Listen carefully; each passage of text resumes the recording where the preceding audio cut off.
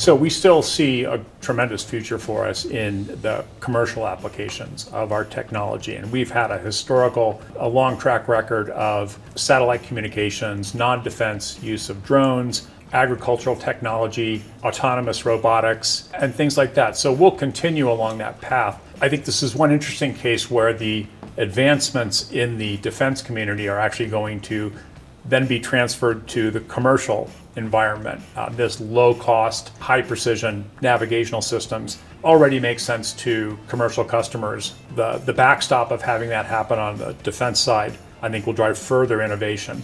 So the things we do to improve our product over time, if we look at our technology roadmap, are going to drive improvements for both our defense and our commercial customers. So, last year was all about tactical grade sensors. This year we came out with the low-cost tactical grade GPX1 as a standalone product, and also a great replacement for someone who can't use a U-Blocks solution in a defense application. Over the next year, I think you'll see us focus on advancing our GPS-denied navigation accuracy. Right now we're awfully good, but we want to get even better for environments. You have a GPS signal to rely on, and then for some significant portion of the mission, you don't have a GPS signal. So you're relying on camera, dead reckoning, wheel encoders, and things like that to give yourself the non-GPS navigation. As we look further into the future, and not too distant future,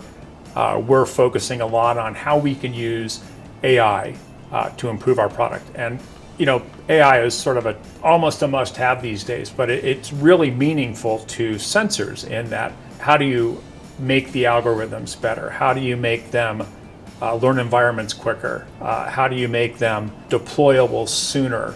How do you make them more responsive to changing inputs in an autonomous navigation mission? I mean, these are very real applications of AI technology, and to some extent, that AI and machine learning is already sort of built into our core extended Kalman filter and the software and the firmware. But we're going to take it to the next level in 2025 and 2026. Looking out even further, in our never-ending interest to drive the cost curve down, we're looking at putting an entire inertial navigation system onto a single chip. Right now, you're sort of building out a set of components and weaving them together. Just think how incredibly efficient, how fast, how responsive, how accurate this could be if it was all in hardware. And that's one of our long-term goals that we've had for a long time.